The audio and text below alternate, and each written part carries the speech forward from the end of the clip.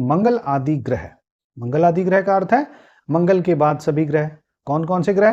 तो मंगल, बुध, गुरु, शुक्र, शनि, यह 5 ग्रह हुए। यह ग्रह अपने उच्च राशि के होकर के बैठे हों,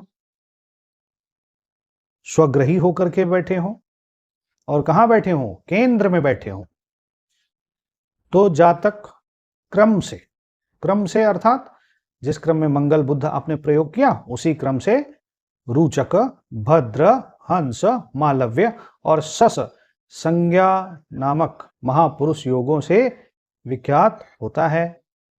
अर्थात जब किसी व्यक्ति की कुंडली में आपने देखा कि मंगल स्वग्रही अथवा उच्च का होकर के केंद्र में बैठा है, तो आप यह कहेंगे कि इस व्यक्ति की कुंडली में रोचक योग है। अगला क्रम है बुध का। यदि किसी की कुंडली में आपने देखा कि बुध उच्च का या स्वग्रही होकर के या मूल त्रिकोण का होकर के बैठा हुआ है केंद्र में, तो यह भद्र नामक पंच महापुरुष योग हो गया। इसी क्रम में जो अगला योग है वह है हंस योग। हंस योग गुरु से बनता है।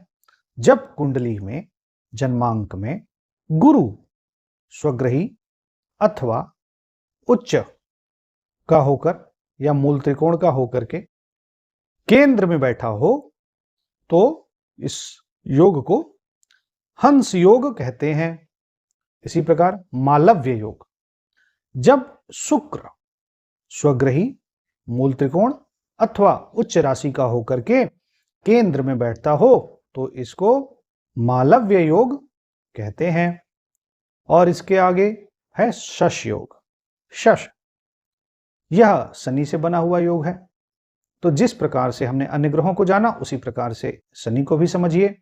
यदि कुंडली में शनि उच्च का होकर के, स्वग्रही होकर के, मूल त्रिकोण का होकर के केंद्र में बैठता हो, केंद्र का अर्थ है 1, 4, 7, 10 इन भावों में बैठता हो लग्न से, तो यह शश नामक पंच महापुरुष हो गया, पंच महापुरुष योग हो गया।